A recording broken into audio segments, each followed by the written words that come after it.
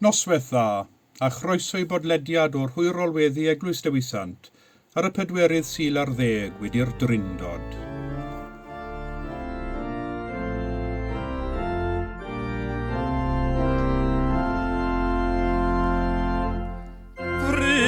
Torsedd mae'n cnef dar chafa fi fy llef trwy'r cwmwl di am nerth i fwy na groes edrychaf trwy fy hoes un wyr am pob rhyw oes sy'n eiriol fri.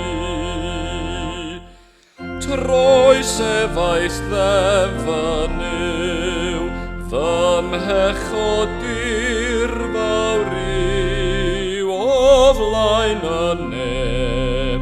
Fy enaid plyg i lawr mewn diwiol dristwch mawr, mae gobaith i mi nawr y maddau ef. Mae temtiwyd fel dyn, amdan am gwyr ei hun, ein prynwr yw, gall gynorthwy o'r gwan, mae'n ffyflon am hob man i sefyll ar ein rhan, a'n cadw'n fyw.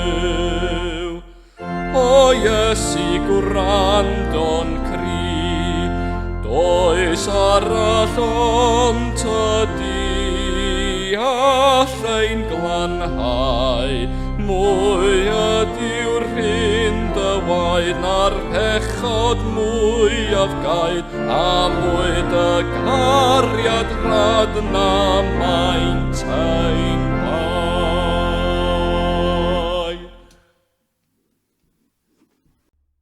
Os dywedwn ein bod yn ddibechod, yr ydym yn ein pwyllo ein hunain ac nid yw'r gwirionedd ynom.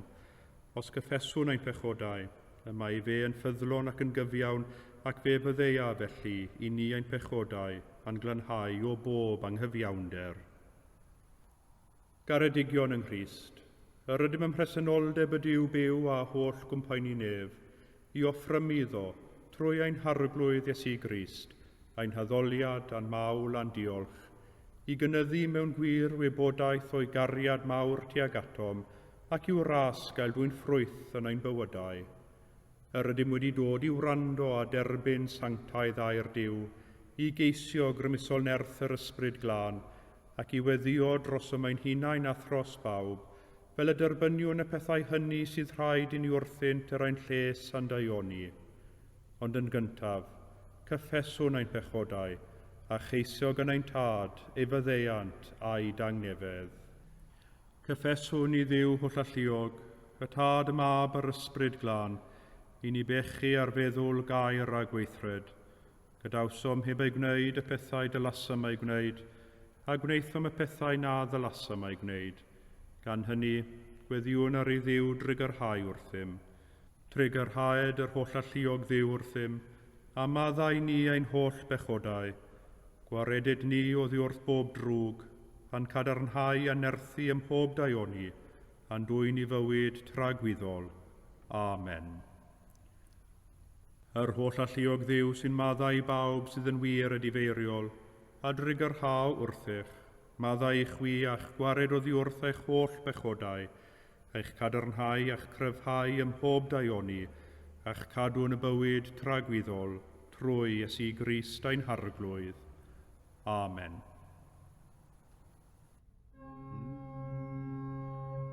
Arglwydd ag orau'n gwefusau, a'n genau a fynegad y foliant.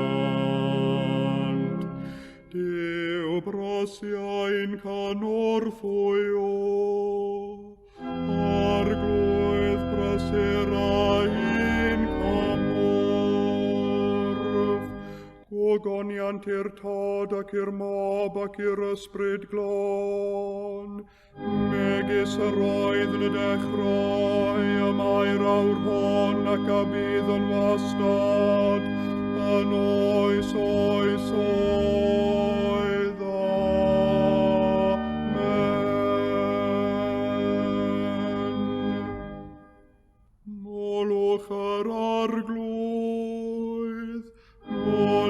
nes fyddo enw'r arglwydd.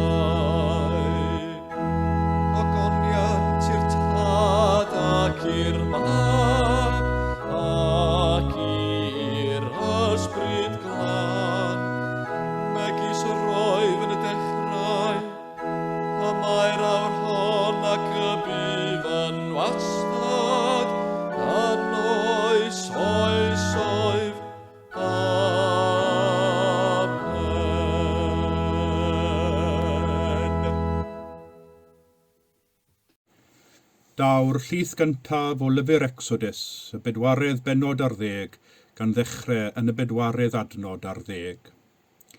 Bydd yr arglwydd yn ymladd drosoch, am hynny byddwch dawel. Dywedodd yr arglwydd wrth Moses, pam yr wyt yn gweiddi arnaf?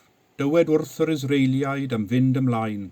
Cod dithau dy wialen ac estyn dy law allan dros y môr i'w rannu, mwyn i'r Israeliaid fynd trwy ei ganol ar dir sych.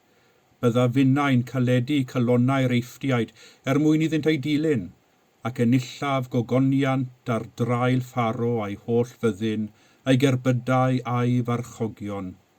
Caiff yr Eifftiaid wybod, mae my fi yw'r arglwydd, pan enillaf ogoniant ar drail Pharo a'i gerbydau a'i farchogion. Symudodd angel Duw, a fi'n mynd o flaen byddin Israel, ac aeth y tu ôl iddynt, a symudodd y golof niwl a fi o'i blaen, a safodd y tu hwnt iddynt, gan aros rhwng byddin yr Aifft a byddin Israel. Yr oedd y cwmwl yn dywyllwch, ond yn goleio trwy'r nos i'r Israeliaid, ac ni ddaeth yn aill ar gyfyl y llall trwy'r nos. Estynnodd Moses ei law dros y môr, a thrwy'r nos gyrrodd yr arglwydd y môr yn ei ôl a gwynt cryf o'r dwyrain. Gwnaeth y môr yn sychdir a holltwyd y dyfroedd. Aeth yr Israeliaid trwy ganol y môr ar dir sych, ac yr oedd y dyfroedd fel mir ar y naill ochr a'r llall. Erludiodd yr Eifftiaid hwy, ac aeth holl beirch Pharo a'i gerbydau a'i farchogion ar ei holau i ganol y môr. Yn ystod gwyliadwriaeth y bore, edrychodd yr arglwydd ar fyddin yr Eifftiaid trwy'r golofn dan a'r cwmwl, a daliodd hwy trwy gloi o lwynion ei cerbydau a'i gwneud yn anodd iddynt yrru ymlaen. Yna dywedodd yr Eifftiaid, gadewch i ni ffoi oddi wrth Israel, oherwydd y mae'r arglwydd yn ymladd drostynt hwy yn erbyn yr Aifft. Yma y terfyn y llys gyntaf.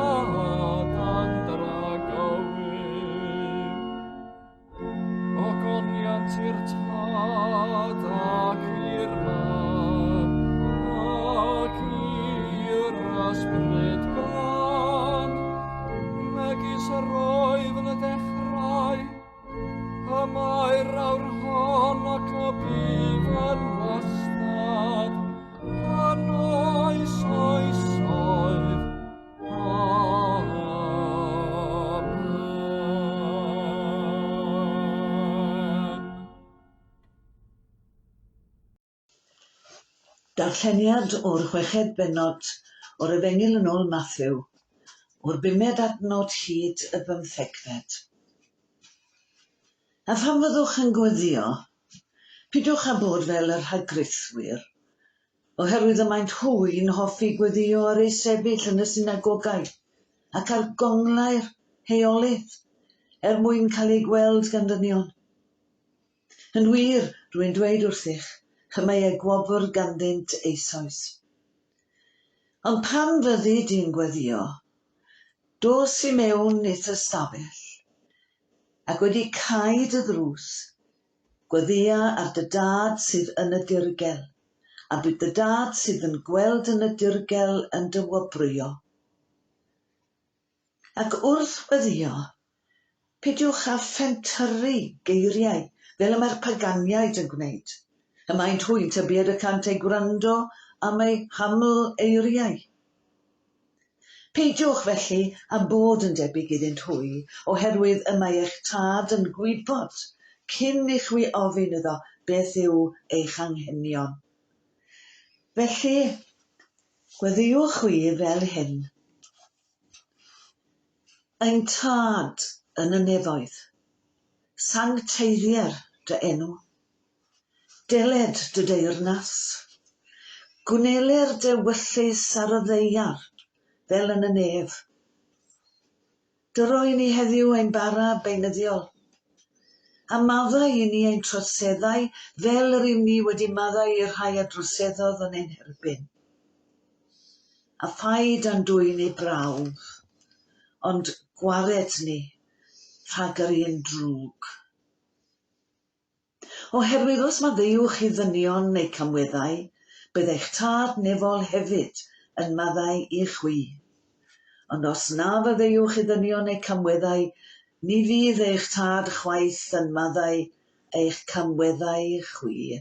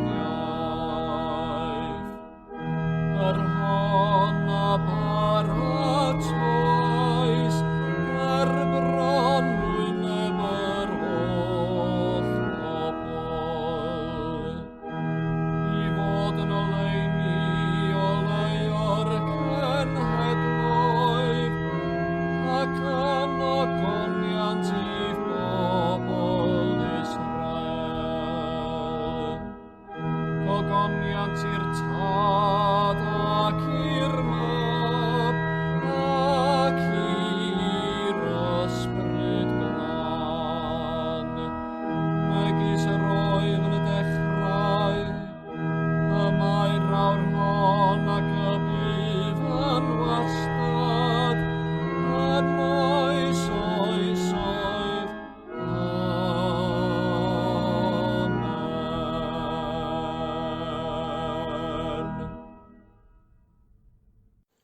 Credaf yn i'w dad holl gyfoethog, creawdwr nef a dear, ac yn Iesu Grist ein fab ef ein harglwydd ni, yr hwn a gai trwy'r ysbryd glân, a aned o fair forwyn, a ddioddefodd dan Pontiws Peilat, a groeshoeliwyd, a fe farw ac a gladdwyd. Disgynnodd uffern, y trydydd dydd y cyfododd o feirw, a esgynnodd i'r nefoedd, ac y mae'n eistedd ar ddeheilawd i'w dad holl gyfoethog, o ddiynod aw i farnu'r byw ar meirw. Credaf yn yr ysbryd glân, yr Eglwys Lân Gatholig, cymyn y saint, myddeiant pechodau, at gyfodiad y corff, a'r bywyd tragwyddol. Amen. Ar arglwydd a fo gyda chwi, a chydath ysbrydithau gweddiwn.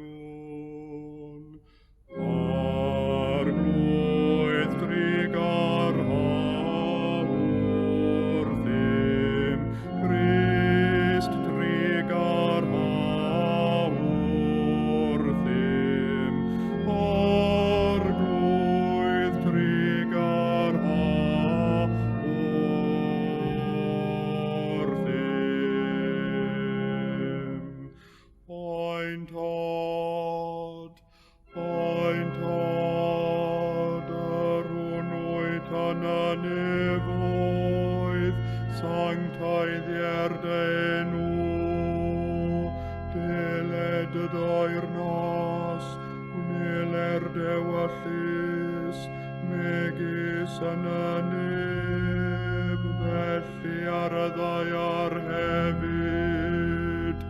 Dar oen i heddiw ein barab ein addiol, a maddau ni ein dyledion, fel y maddaiwn in ein dyledwyr, ac nac arwain ni brofedigaeth, aeth i'r gwared ni rhag drwg.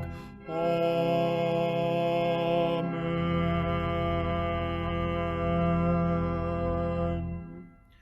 Arglwydd dangos dy drigaredd arnom, a chaniatau ni dy iachawdwriaeth, gwisg dy wain i dogion ag iawnder, a gnad y ddewis bobl yn llawen,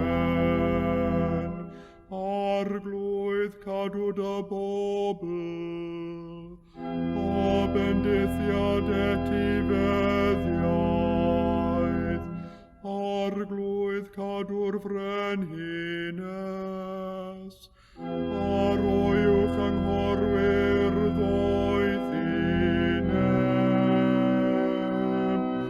arglwydd dyrod angnefedd yn ein dyddiau, ac amddiffyn i byth yn erthol, Duw glanhaen calonau, ac adnodd ysbryd yn iawn o'n mewn. O llalluog a thragwyddol Dduw, dyroen i ychwaneg o ffydd gobaith a chariad, ac fel y cawn yr hyn yr wyt yn ei addo, gwnaen ni garu'r hyn yr wyt yn ei orchymyn, trwy Iesu Grist ein harglwydd.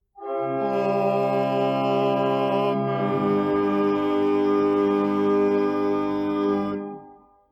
O llalluog Dduw, ffynhonell pob dymuniad sanctaidd, pob cyngor da, pob gweithred gyfiawn, dyroedd weision y tangnefedd na all y byd ei roddi, fel y boi ni gan i fyddhaeth orchmynion, a'n gwared gennyt rhagofn ein gylynion, dreulio ein hamser mewn heddwch a thangnefedd, trwy Iesu Grist ein harglwydd. Amen.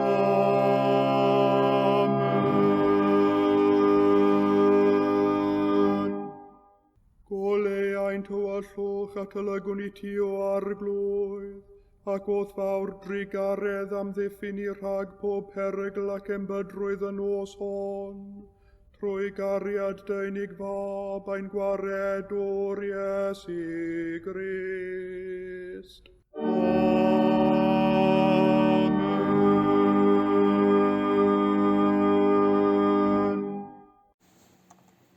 I dawel wybrau gweddi o arglwydd arwain fi.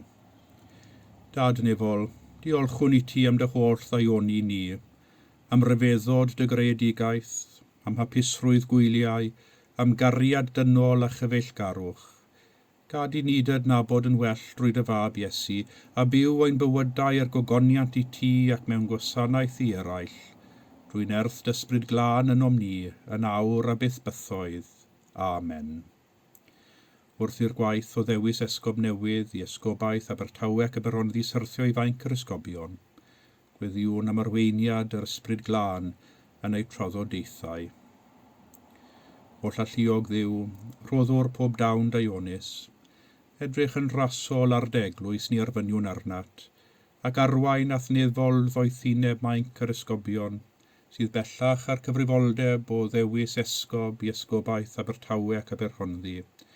Fel y ceir bugail ffyddlon I borthu dy braidd, a pharatoi bobl gymeradwy I ti, trwy Iesu Grist ein harglwydd. Amen. Yn yr un modd, wrth i'r corff llywodraethol gyfarfod y fori yng Nghasnewydd, gweddiwn ros aelodau y corff, a hefyd y cynrychiolwyr o'r esgobaeth hon, wrth iddynt fwrw ati yn ei gwaith o liwio bywyd yr Eglwys yng Nghymru.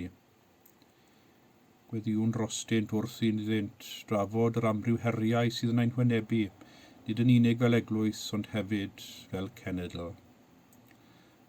O llalluog Dduw, a tylygwn I ti arwain a goleuni dy ysbryd glân aelodau corff llywodraethol yr Eglwys yng Nghymru, fel yr ymgynghorant yn ddoeth wrth wynebu heriau ein hoes, ac lles dy eglwys a gogoniant dy enw, trwy Iesu Grist ein harglwydd. Amen. A gweddiwn dros anghenion ein byd, parhawn I weddio dros bobl Affganistan. Cofiwn hefyd rhannau eraill o'r byd sy'n cael ei rwygo gan densiynau gwleidyddol. Trigarog Dduw, cyflwynwn I ti anghenion yr holl fyd, lle bo casineb rho gariad, lle bo camwedd rho fyddeiant, lle bo amheuaeth rho ffydd, lle bo anobaeth rho obaith, lle bo tristwch rho lawenydd, lle bo tywyllwch rho oleuni.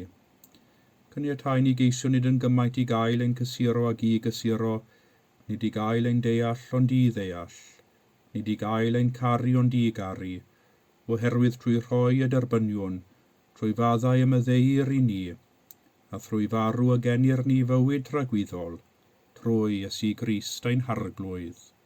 Amen. Ar sil yr hinsawdd, gweddiwn ros ein hymateb i'r argyfwng amgylcheddol sydd yn ein hwynebu fel byd. Dduw trigarog a chariadus, creais dy byd I ni oll ei rannu, byd o harddwch a digonedd. Crea ynom ddeheuad I fyw'n syml, fel y gall ein bywydau adlewyrchu dy heilioni. Ddiw'r creawdwr, roddais ni gyfrifoldeb dros y ddeiar, byd llawn cyfoeth a hyfrydwch. Crea ynom ni ddeheuad I fyw mewn modd cyneladwy, fel y gall y rhai a fydd yn ein dilyn fwynhau ffrwythau dy gread. Dduw heddwch a chyfiawnder, rwyt yn rhoi ni'r gallu newid, I sefydlu byd sy'n adlewyrchu dy ddoethineb dithau. Crea nam ni'r awydd I weithredu ynghyd, fel y dymchwelir colofnau anghyfiawnder ac yr ryddheir y rhai y mae gormes yn ei llethu heddiw, trwy Iesu Grist ein harglwydd. Amen. Ac ar ddechrau blwyddyn academaidd newydd, gweddiwn dros sefydliadau addysgol, enwedig ein hysgolion gynradd ac uwchradd, dros y plant a'r pobl ifanc sy'n dechrau mewn ysgol newydd. Oll alluog Dduw ffynnon pob doethineb a gwybodaeth. Gwleiath ysbryd bawb sydd mewn prifysgol, coleg neu ysgol. A chyniatau iddynt o gynyddu mewn gwybodaeth, gynyddu hefyd mewn dirnadaeth o thwirionedd di, trwy Iesu Grist ein harglwydd. Amen. Gan olaf, gweddiwn dros bawb sy'n dioddef y noson hon. Bawb sy'n teimlo bod bywyd yn feichus neu'n ddiobaith. Pawb sy'n teimlo'n blinedig neu ar goll. O arglwydd ein Duw, a ddawodd dy fendigaid fab i'w ddilynwyr na chaint gerdded mewn tywyllwch, ond yng ngoleuni'r bywyd.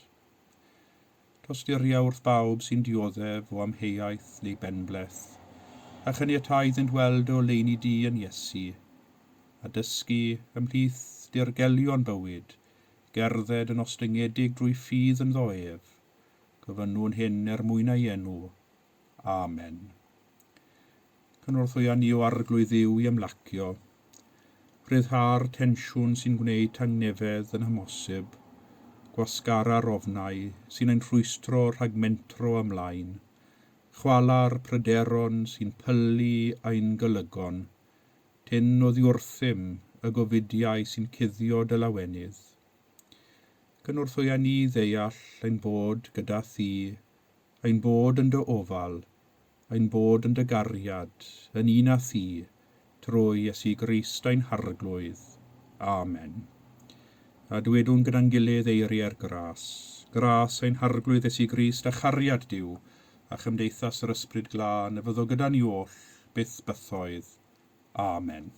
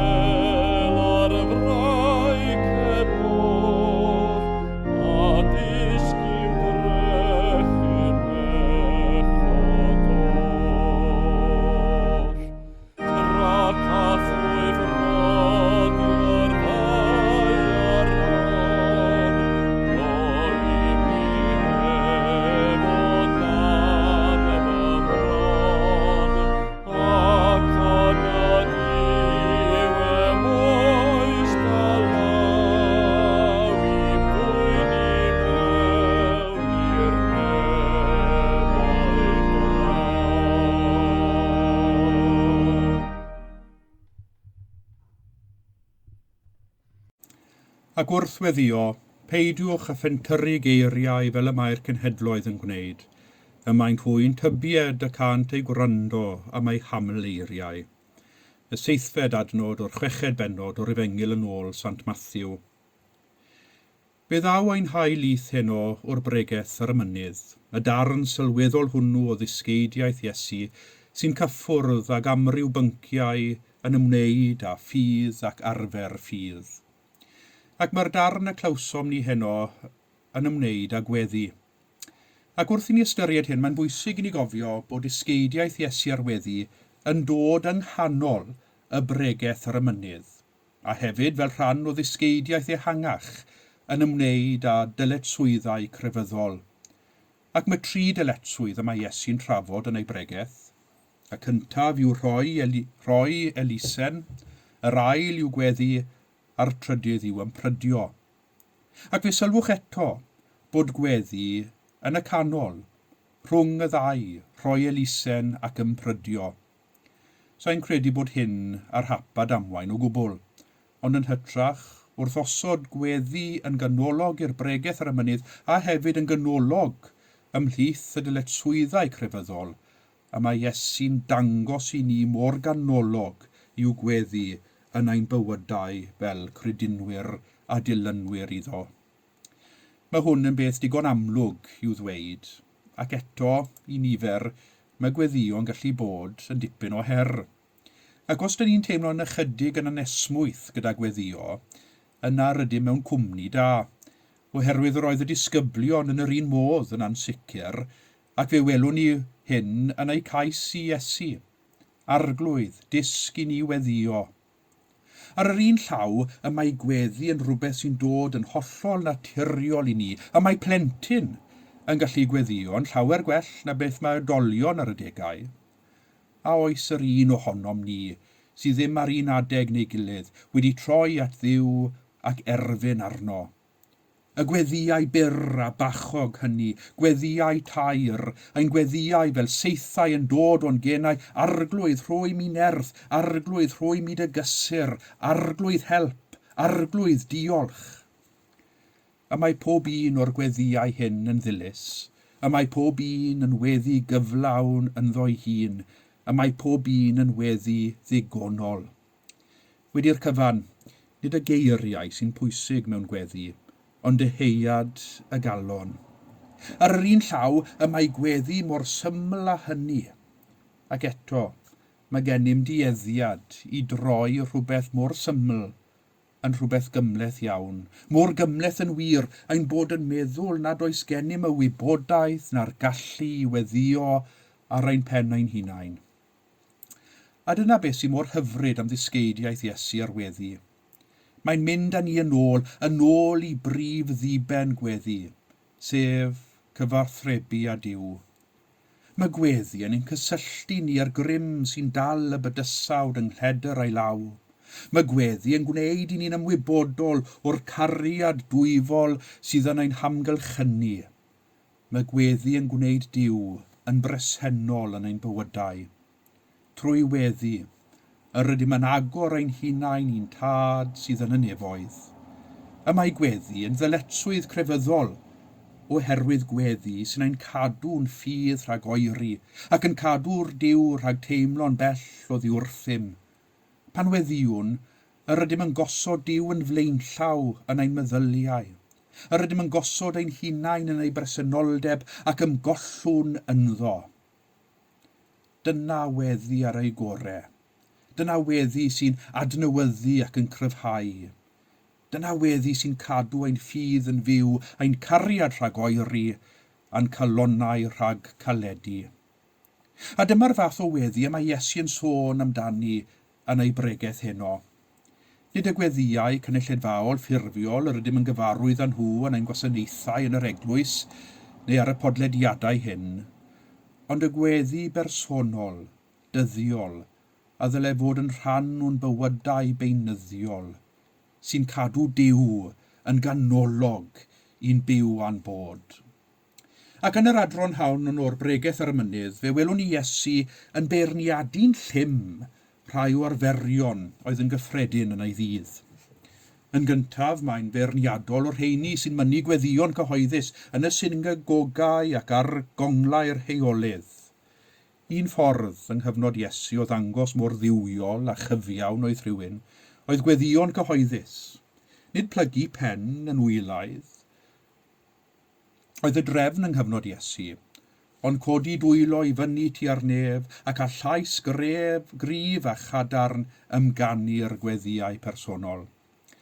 Mae'n ddull o weddio i ni Anglicaniaid sy'n ychydig yn estron dwi'n siŵr. Roedd yn ffordd o dynnu sylw a chael ei gweld gan eraill. Pan fyddi di'n gweddio, meddai Iesu, dos i mewn i thystafell, ac wedi cael dy ddrws, gweddia'r dy dad sydd yn y dirgel. Mae hyn wrth gwrs yn dileu y temtasiwn o droiweddu yn sioe. Mae'n hefyd yn sicrhau y llonyddwch a'r tawelwch sydd ei hangen wrth i ni siarad â Duw, siarad ag ef, fel ein tad nefol. Mae nifer wedi disgrifio gweddi yn hermau, cael sgwrs. Dyna un ffordd o feddwl am weddi. Yr ydym yn camu o brysurdeb y byd i mewn i bresenoldeb ein tad nefol, ac fel byddwn ni'n ei gwneud â hyn ffrind, yr ydym yn ymddiried ynddo ac yn rhannu ag ef neu hi yr hyn sy'n pwyso ar ein meddyliau a'n cylonau. Ond gyda Duw, yr ydym yn gosod y pwysau yr ydym yn ei cario ac yn ei osod i lawr wrth ei draed ef. Mewn gweddi, rhannwn ein baich gyda Duw, a thrwy weddi nid yw ein beichiau'n ysgyfnhau, ond yn hytrach y cawn yn nerth i'w hysgwyddo a'i cario. Peth rhyfedd yw rhannu baich. Pan osodwn ni y baich i lawr wrth draed ein tad nefol, bydd arganfyddwn ffordd newydd o'i godi a'i gario, sy'n gwneud i'n haws i ni ysgwyddo'r baich. Yr ail beth yma Iesu'n ferniadol ohono yw pentyrru geiriau. Nawr, dyn ni gyd dwi'n siŵr yn eog o pentyrru geiriau.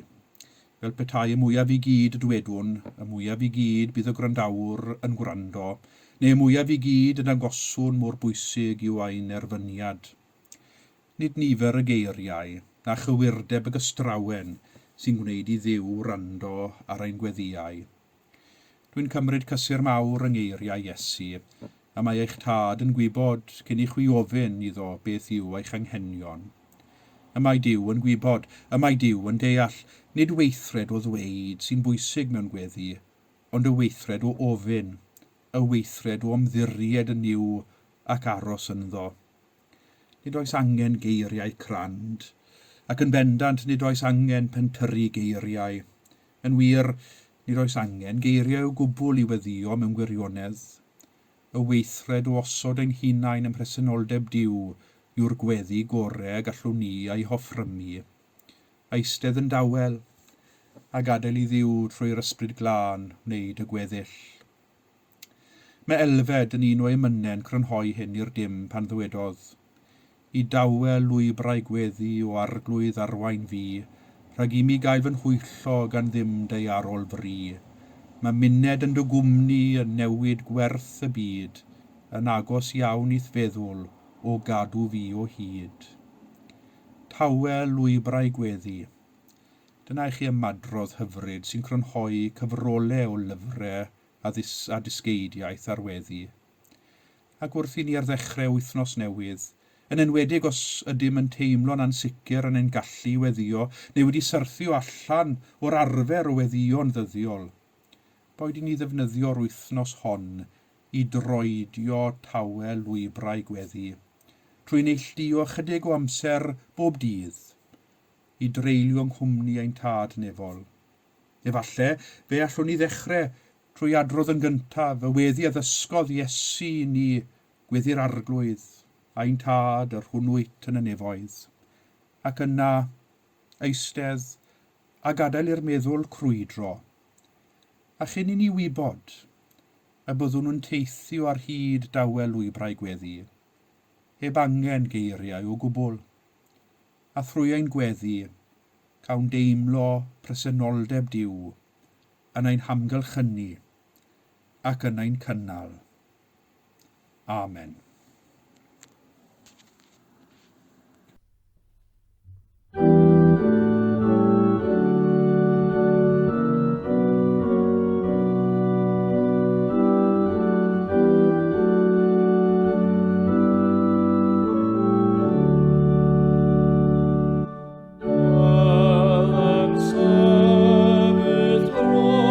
Troi vor